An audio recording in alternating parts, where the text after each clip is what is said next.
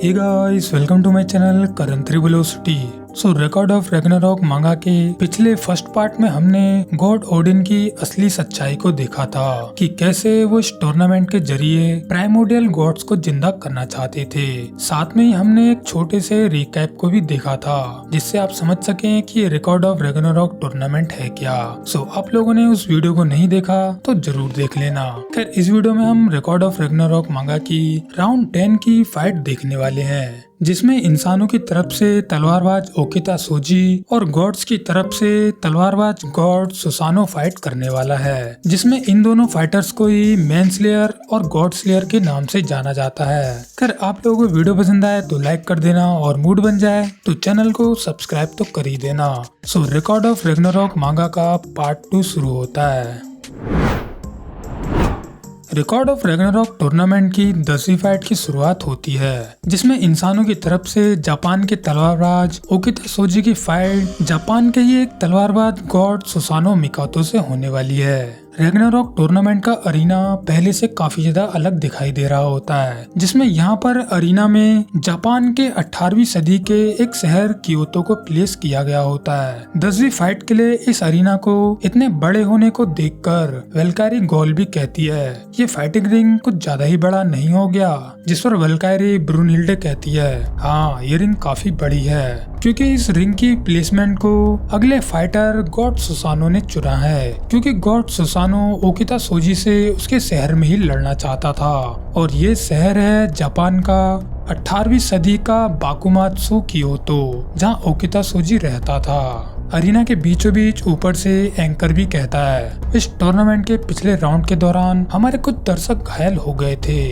इसीलिए इस 10th round में इस फाइटिंग रिंग को स्पेशली ज्यादा बड़ा बनाया गया है। ऑल्सो 10th राउंड के फाइटर्स भी लड़ने के लिए इसी तरह की जगह को चाहते थे, इसीलिए हमने क्योतो के एक एरिया को इस रिंग में फिट कर दिया है। रैग्नारॉक टूर्नामेंट का स्कोर 5-4 चल रहा है, जिसमें गॉड्स सबसे ज्यादा आगे हैं। अगर गॉड्स अगली 2 फाइट जीतते हैं तो इंसानियत को खत्म कर दिया जाएगा, इसीलिए गॉड्स की तरफ से बेलहाला का सबसे ताकतवर तलवारबाज गॉड आगे आ चुका है, सुसानो मिकोतो। बहुत समय पहले आरागामी नाम के इस गॉड ने अपनी तलवार से 8 सर वाले एक ग्रेट सरपेंट के सभी सरों को काटकर मार दिया था, और इसी तरह उसने सबसे पहले इस दुनिया में तलवारबाजी का प्रदर्शन किया था, जिसके बाद उस ग्रेट सरपेंट के अंदर से एक लीजेंडरी डिवाइन वेपन मिला था, जिसे आमिनो मुराकुमो कहते हैं। आमिनो मुराकुमो ब्लेड की उस ताकत से उसने अपने शहर ताकामागाहरा से गॉड्स को भी हराकर भगा दिया था। लेकिन अब टाइम आ चुका है आरामी गॉड की तरह ही आज का स्वॉर्ड गॉड भी सबके सामने खुद को प्रूव करे, जिसे तलवारबाजी का क्रिएटर गॉड सबसे ताकतवर गॉड स्लेयर भी कहा जाता है। गॉड सुसानो मिकातो इस फाइटिंग रिंग में एंटर हो चुका है। हम देखते हैं फाइटिंग रिंग में एंटर होते ही गॉड सुसानो क्योतो शहर को फील करते हुए कहता है ओ तो ये है बाकुमात्सु टाइम की क्योतो गलियां, या इसे देखकर तो मेरा खून खौलने लगा। एंकर अपनी बात कंटिन्यू करते हुए कहता है दर्शकों सबसे ताकतवर गॉड स्लेयर की फाइट होने जा रही है इसे एक तलवारबाज आदमी से। जापान की बेहतरीन हिस्ट्री में से वो एक टाइम था जब तलवारबाजी अपने मुकाम पर हुआ करती थी, जिस टाइम चारों ओर तलवारबाज हुआ करते थे, जहाँ जिंदगी की तो कोई कीमत ही नहीं थी। रोज आपके घर के दरवाजे पर मौत हुआ करती थी। क्योतो के बाकुमात्सु एरिया में बेहतरीन तलवारबाज बादलों की तरह रोज अपीयर होते थे, जहां तलवारबाजी इतनी ज्यादा पीक पर पहुंच गई थी कि इसे आर्ट ऑफ मैनस्लेइंग का नाम दिया गया था, मतलब इंसानों को काटने की कला। लेकिन इन सभी मैनस्लेइंग मास्टर्स के बीच सबसे ताकतवर तलवारबाज कौन था? क्या वो तलवारबाज काडाची था जिसने काउंटलेस इंसानों को जलाकर राख कर दिया था, या फिर क्योतो के रुगुमी का लीडर सासागी था? नहीं, क्या वो सबसे ताकतवर तलवारबाज वो था जिसने शिंशिनगुमी पुलिस स्वॉर्ड फोर्स को बनाया था? बिल्कुल नहीं। या फिर वो ताकतवर तलवारबाज उन 4 तलवारबाजों में से था जिन्होंने बाकुमात्सु एरिया को तलवारबाजों के अड्डे में बदल दिया था? नहीं नहीं, बिल्कुल नहीं। वो सबसे ताकतवर तलवारबाज वो था जो कि सभी तलवारबाजों से सबसे ज्यादा छोटा था और हरे और नीले कलर के कपड़ों को पहनता था, जिसकी आंखों में देखकर लोग समझ जाते थे कि वो कोई डेविल है, जिसने क्योतो और ओसाका शहर को तो अपनी तलवारबाजी के डर से ही एक कर दिया था। क्या वो तलवारबाज कोई डेविल था या फिर वो कोई आदमी था? हा, वो था इंसानियत का सबसे ताकतवर, इंसानों को काटने वाला मैनस्लेयर, शिनशिनगुमी फर्स्ट डिवीजन का पुलिस कैप्टन, जिसका नाम था ओकिता सोजी, जो कि इस रिकॉर्ड ऑफ रैग्नारोक टूर्नामेंट के 10वें राउंड में इंसानों की तरफ से फाइट करने वाला है। खैर इसके बाद ओकिता सोजी अपनी तलवारों के साथ गॉड सुसानो के सामने पहुंच जाता है और इस जगह को देखकर वो कहता है, ये शहर तो काफी नॉस्टैल्जिक है, उससे ज्यादा यहाँ खून की स्मेल भी बिल्कुल वैसी है। अरीना में एंकर राउंड 10 की इस फाइट को शुरू करते हुए कहता है, इंसानियत का सबसे ताकतवर मैनस्लेयर एंड वेलहाला का सबसे ताकतवर गॉड स्लेयर एक दूसरे के सामने आ चुके हैं। आखिर में दोनों में से कौन सा सबसे ज्यादा ताकतवर है, इसका पता हमें आज चल जाएगा। फाइट। ओकिता वर्सेस सुसानो की ये फाइट शुरू होते ही ओकिता हमला करने के लिए आगे बढ़ने लगता है, मगर गॉड सुसानो उसे रोकते हुए कहता है, ओकिता रुको, जिस दुकान के आगे हम खड़े हैं शायद यहाँ पर जापान का इकेदाया इंसिडेंट हुआ था, जिसमें शिनशिनगुमी के 4 तलवारबाजों ने पूरे 20 लॉयल वॉरियर को काटकर खत्म कर दिया था। खैर इसके बाद सुसानो ये कहकर फाइट छोड़कर उस दुकान को ध्यान से देखने लगता है, जिसपे सुसानो कहता है, देखो इस दुकान पर तो अभी भी तलवार के कट्स के निशान हैं। इसका मतलब ये है कि ये जगह प्लेस की गई है क्योतो के उस इकेदाया इंसिडेंट के बाद। जिस पर ओकिता सोजी कहता है, सुसानो सच में तुम बाकुमात्सु जगह के बारे में काफी कुछ जानते हो। जिस पर सुसानो कहता है, हाँ सही कहा, क्योंकि इस जगह की मैंने काफी ज्यादा देखभाल की थी। जिस पर ओकिता भी लाइक, एक गॉड होकर तुमने इस जगह की देखभाल की थी, आखिर मतलब क्या है? जिस पर सुसानो कहता है, हाँ तुम्हें कैसे समझाऊं, तो सुनो, मैं वही हूँ जिसने स्वॉर्ड्समैनशिप को बनाया था, जिस स्वॉर्ड्समैनशिप को इंसानों ने पूरी हिस्ट्री में रिफाइन कर बचा कर रख रखा है। लेकिन ओकिता, तुम उन सभी स्वॉर्ड्समैन में से सबसे ज्यादा ऊपर हो और तुम्ही ने ही स्वॉर्ड्समैनशिप को सबसे पीक पर लाया है, जिससे बाद से ही तलवारबाजी को आर्ट्स ऑफ मैनस्लेइंग कहा जाता है। ओकिता सोजी, तुम्हारे इंसानियत के सबसे बेहतरीन मैनस्लेयर होने के बाद से ही मैं तुमसे फाइट करने के लिए काफी ज्यादा एक्साइटेड था। इसके लिए मैंने काफी ज्यादा इंतजार भी किया है। सुसानो की सबसे ताकतवर तलवारबाज से लड़ने के लिए इतना लंबा इंतजार और सब्र को देखकर ओकिता भी कहता है, हम तलवारबाजी के देवता, जैसे मैंने सोचा था तुम उससे काफी अलग हो। अरीना में हम शिनशिनगुमी पुलिस के अलग अलग डिवीजन के कैप्टन्स को देखते हैं, जो कि चिल्लाते हुए कहते हैं, ओकिता सोजी उस गॉड के 2 हिस्से कर दो। मगर क्या ओकिता सोजी लड़ने के शेप में भी है या फिर नहीं? जिस पर शिनशिनगुमी के कैप्टन कहते हैं, चिंता की कोई भी बात नहीं है, उसका फेस देखकर हम लोग बता सकते हैं कि वो कितना रेडी है। और तो और जब किसी फाइट में सोजी इतना ज्यादा फोकस होता है, तब वो किसी भी फाइटर से कहीं ज्यादा ताकतवर होता है। ओकिता सोजी, उस गॉड को दिखा दो कि बाकुमात्सु के तलवारबाज कितने ज्यादा ताकतवर और डरावने हो सकते हैं। फाइट में सुसानो भी कहता है, मुझे सबसे ताकतवर अपोनेंट मिला है, जिसे सुनते ही सामने से अपनी तलवार को सुसानो की ओर पॉइंट करते हुए ओकिता भी कहता है, फाइनली हम दोनों एक दूसरे को जी भर कर काट सकते हैं। इस बीच ओकिता की आंखों में रेड ग्लो अपीयर होने लगता है, जिसे देखकर कुछ गॉड्स कहते हैं, उस इंसान की आंखों में वो लाल लाल ग्लो कैसा है, क्या वो कोई डीमन है? खैर फाइट में हम देखते हैं ओकिता सोजी सबसे पहली स्ट्राइक करता है, जिसमें ओकिता सोजी सुसानो की ओर डैश करता है। यहाँ पर सुसानो की फाइटिंग रेंज में पहुंचने से पहले ही ओकिता सोजी डिसअपियर हो जाता है और अचानक से सोजी अपीयर होते हुए सुसानो पर एक हॉरिजॉन्टल स्लैश कर देता है, जिसके बाद ओकिता सोजी लगातार सुसानो पर अलग अलग जगह से स्लैश करने लगता है, मगर सुसानो अपनी कवर्ड तलवार से उन सभी अटैक्स को ब्लॉक करने लगता है। जहाँ पर सुसानो कहता है, मैंने जितना सोचा था तुम उससे ज्यादा फुर्तीले हो, देखो तुमने तो मुझे पीछे हटने का भी मौका नहीं दिया। जैसा कि यहाँ पर सुसानो कहता है कि उसके पास पीछे हटने का कोई भी चांस नहीं है। इसी की वजह से सुसानो को भी ओकिता सोजी पर हमला करना ही पड़ता है और दोनों की तलवारें लगातार एक दूसरे से टकराने लगती हैं। जिसके बाद ओकिता जब ऊपर से एक भारी अटैक सुसानो पर करता है और इस अटैक का इम्पैक्ट इतना ज्यादा होता है कि गॉड सुसानो को भी नीचे दबना पड़ता है। ओकिता सोजी के शॉर्ट प्रेशर से बाहर निकलने के लिए सुसानो भी अपनी तलवार को ऊपर की ओर घुमा देता है, जिसकी वजह से सुसानो ओकिता के चंगुल से बाहर निकलने में कामयाब हो जाता है और ओकिता उड़ता हुआ एक घर के ऊपर लैंड हो जाता है, जहां से ओकिता कहता है अब तो इस फाइट में और भी ज्यादा मजा आ रहा है। इसके बाद घरों के ऊपर से भागते हुए ओकिता सुसानो पर डैश करते हुए उसके सर पर एक बेहतरीन स्लैश कर देता है, मगर सुसानो भी इस अटैक को डॉज कर देता है। लेकिन इसके बाद ओकिता तेजी से चारों ओर घूमकर सुसानो पर स्लैशेस करने लगता है,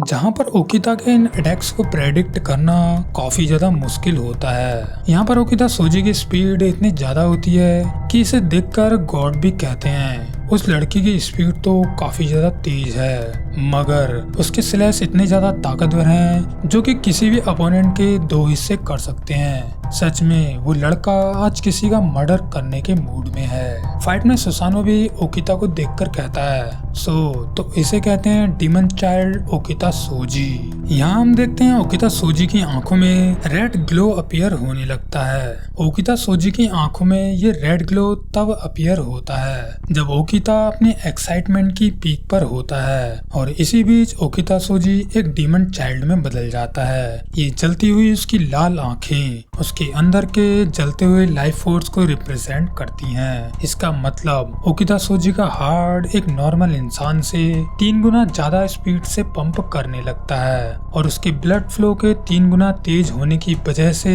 उसके शरीर की हर एक सेल भी जाग जाती है, जिससे उसके शरीर की सुपर ह्यूमन एबिलिटीज अनलॉक हो जाती हैं। फाइट में हम देखते हैं ओकिता नीचे से ऊपर की ओर सुसानो पर एक जबरदस्त स्लैश करने लगता है, लेकिन सुसानो फिर से उस अटैक को ब्लॉक कर देता है। लेकिन होता यह है ओकिता के स्लैश के इम्पैक्ट की वजह से सुसानो को थोड़ा सा पीछे हटना पड़ता है, जिसका फायदा उठाते हुए ओकिता सोजी अपने एक स्पेशल 3 स्टेज थ्रस्ट अटैक से सुसानो पर अटैक कर देता है, जिसे 10 रीजन स्टाइल सीक्रेट टेक्निक भी कहते हैं। यहाँ ओकिता के इस अटैक में ओकिता पूरे 3 थ्रस्ट सुसानो पर करता है और इस अटैक की वजह से उसकी तलवार सुसानो के आर पार भी हो सकती है, मगर सुसानो अपने कवर्ड तलवार से इस पूरे अटैक को ब्लॉक कर लेता है। यहाँ बेयरली सुसानो इस अटैक को रोकने में कामयाब हुआ होता है, जिसे देखकर ओकिता भी काफी ज्यादा हैरान हो जाता है। खैर जो भी हो, ओकिता का ये अटैक होता तो काफी ज्यादा पावरफुल है।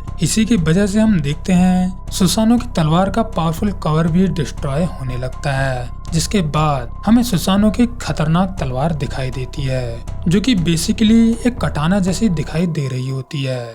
सुसानो के इस वेपन को वेलाला के one of the most powerful divine weapon में से एक माना जाता है, जिसे आमेनो मुराकुमो सुरुगी कहते हैं। सुसानो की ये तलवार ओरिजिनल आमेनो तलवार से काफी ज्यादा अलग दिखाई दे रही होती है, इसीलिए कुछ लोग कहते हैं ये तो ओरिजिनल आमिनोमुरा तलवार नहीं है, ये तो कोई कटाना है। खैर जिन्होंने ओरिजिनल आमिनो तलवार को गलाकर इस नई तलवार को सुसानो के लिए बनाया था, वो गॉड स्वॉर्डस्मिथ भी इस तलवार को देखकर कहते हैं मेरी बनाई हुई वो तलवार कितनी सुंदर है। सच में वो तलवार बिना किसी डाउट के सबसे ज्यादा ग्रेट है। अरीना में बैठे हुए गॉड सुसानो की बड़ी बहन कान्या गोसिन भी कहती है इंसानों और गॉड्स के बेहतरीन तलवार बनाने वाले वर्कर्स ने उस लेजेंडरी तलवार आमेनो को गलाकर इस तलवार को बनाया है, जिसकी वजह से इंसानों और गॉड्स की स्किल्स और काफी ज्यादा एक्सपीरियंस उस तलवार में भरा हुआ है। सच में सुसानो तुम अपनी जरूरतों को समझते हो और इस एक अल्टीमेट वेपन से तुम किसी को भी हरा सकती हो।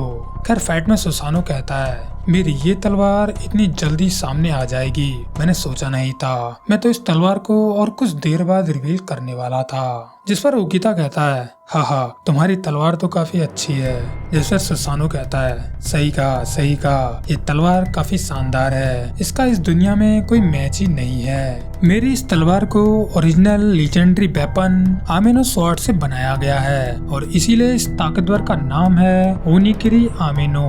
इसीलिए मुझे लगता है इस तलवार से मैं एक डीमन चाइल्ड को भी काट सकता हूँ। खैर ऐसा कहने के बाद सुसानो एक सिंपल से स्टैंस में आ जाता है जिसमें सुसानो की तलवार की नोक उसके आंखों के सामने होती है। एक तलवारबाजी का देवता पहली बार इस डेथ मैच में एक स्टैंस पर आ चुका है और ये स्टैंस अनबिलीवेबली एक्स्ट्रा ऑर्डिनरी है जिसे सेगन स्टैंस भी कहते हैं। सुसानो के इस स्टैंस को देखकर कुछ तलवारबाज बात करते हुए कहते हैं, गॉड सुसानो का ये स्टैंस तो काफी बेसिक सा है, हमने तो एक गॉड से काफी कुछ एक्सपेक्ट किया था। नहीं बिल्कुल नहीं, ये स्टैंस बिल्कुल भी बेसिक नहीं है। तो सुनो, कुछ लोग हाईएस्ट पोस्चर वाले स्टैंस में आकर हमला करते हैं और कुछ लोगों का स्टैंस कुछ ऐसा होता है जिसमें सामने वाले की आंखों को एम किया जाता है और कुछ स्टैंस ऐसे होते हैं जिसमें काउंटर अटैक के लिए रेडी हुआ जाता है। शायद सुसानो का ये स्टैंस एक फ्रेंच स्वॉर्ड्समैन स्टैंस है। खैर यहाँ पर तलवारबाजों के बीच सुसानो के स्टैंस को लेकर काफी सारे अलग अलग ओपिनियन होते हैं, मगर डीमन चाइल्ड ओकिता सोजी और उसके साथी वॉरियर सुसानो के इस बेसिक से स्टैंस की सच्चाई को देख चुके होते हैं और वो समझ चुके होते हैं कि इस स्टैंस में कितनी ज्यादा पावर है, कि इस बेसिक स्टैंस से तलवारबाजी में क्या से क्या किया जा सकता है। हम देखते हैं फाइट में ओकिता सोजी काफी ज्यादा हैरान होता है और सुसानो अपने स्टैंस के बारे में बात करते हुए कहता है, ओकिता सोजी मेरा ये स्टैंस बेसिक से काफी ज्यादा अलग है। ओकिता सोजी अगर तुम मेरे स्टैंस की असलियत जानते हो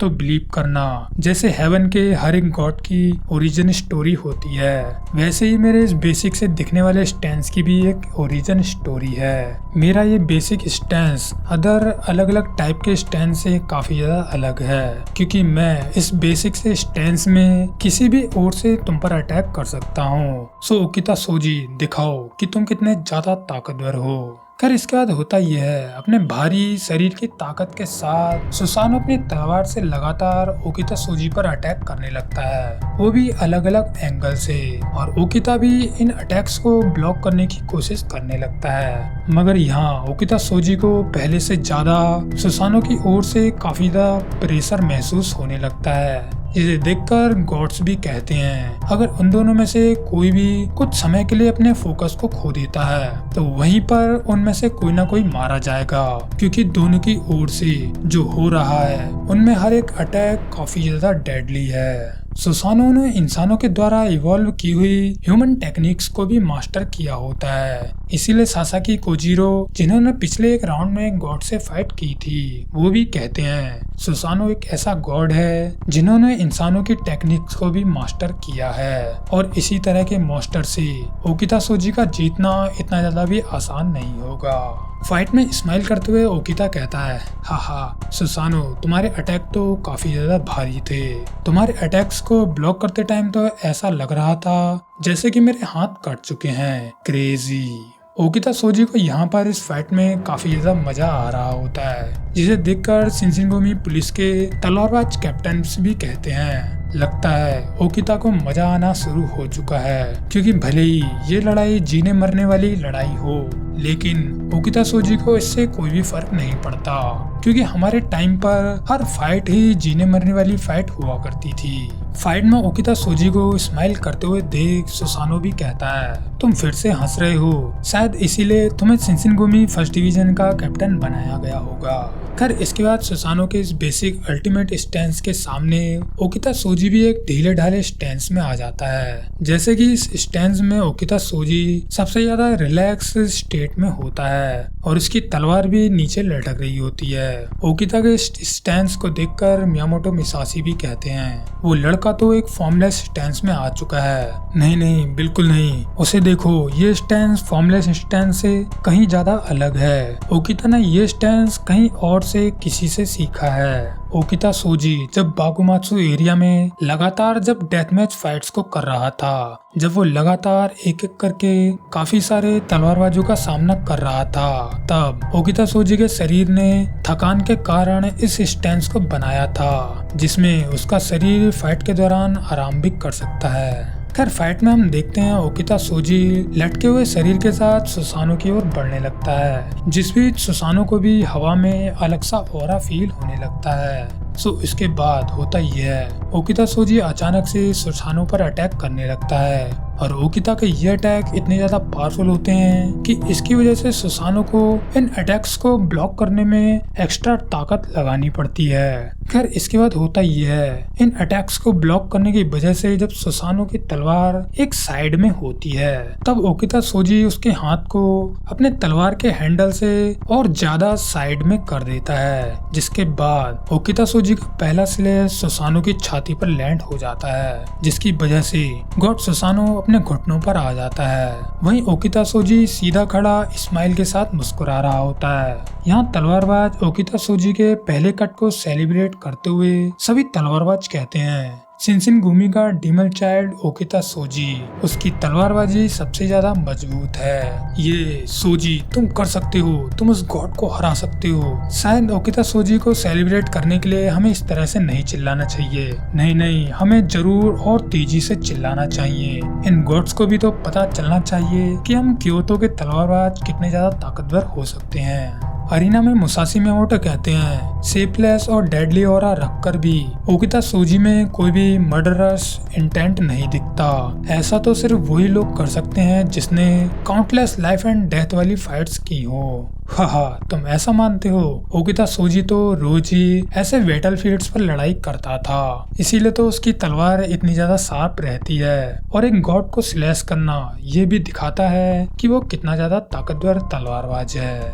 यहाँ लड़ाई में ओकिता सोजी को फाइट में जीतते हुए देख वो काफी ज्यादा खुश हो रही होती है, मगर वेलकारी ब्रुनहिल्डे कहती है अभी से सेलिब्रेट करना बिल्कुल भी अच्छा नहीं है, क्योंकि यहाँ ओकिता की फाइट एक ऐसे गॉड से हो रही है जो इंसानों के बारे में बहुत अच्छे से नॉलेज रखता है। फाइट में हम देखते हैं ओकिता से अच्छा खासा स्लैश करने के बाद भी सुसानो का काफी सारा खून बह रहा होता है, लेकिन इसके बावजूद गॉड सुसानो अपने पैरों पर खड़ा होने लगता है, जिसे देखकर सभी हैरान हो जाते हैं। सुसानो मिकातो को तलवारबाजी की कला का फाउंडर कहा जाता है। क्या उसको ऐसा इसलिए कहा जाता है क्योंकि उसके पास सबसे ताकतवर तलवारबाजी का गॉड का टाइटल है, या फिर ये बात उससे भी ज्यादा पेचीदा है क्योंकि एक्चुअली सुसानो मिकातो तलवारों को खोजने वाला गॉड है, ना कि तलवारबाजी की कला को खोजने वाला गॉड। फाइट में हम देखते हैं सुसानो अपने पैरों पर आकर ओकिता सोजी से कहता है अब इस लड़ाई में मेरा और भी ज्यादा खून खौलने लगा है। और यहीं पर रिकॉर्ड ऑफ रैग्नारोक मांगा का ये पार्ट एंड हो जाता है, क्योंकि इस वीडियो में गॉड सुसानो की पूरी हिस्ट्री एक्सप्लेन करने लगता तो ये वीडियो काफी ज्यादा लंबी हो जाती। खैर रिकॉर्ड ऑफ रैग्नारोक मांगा के पार्ट 3 में हम गॉड सुसानो मिकातो की असली हिस्ट्री को जानने वाले हैं कि आखिर क्यों सुसानो मिकातो जैसे गॉड ने इंसानों की टेक्निक को सीखा, और वो आखिर क्यों इंसानों की स्वॉर्ड्स आर्ट्स में इतनी ज्यादा दिलचस्पी रखता है, और गॉड सुसानो को आखिर क्यों founder of the art of swords कहा जाता है। खैर क्या सुसानो के पास कोई ऐसी टेक्निक है जिससे वो ओकिता सोजी को हरा सकता है, और सुसानो किस तरह का गॉड है, ये सभी बातें हम इस मांगा के अगले पार्ट में देखने वाले हैं। सो हम मिलते हैं रिकॉर्ड ऑफ रैग्नारोक मांगा की पार्ट 3 में। So tata bye bye, take care.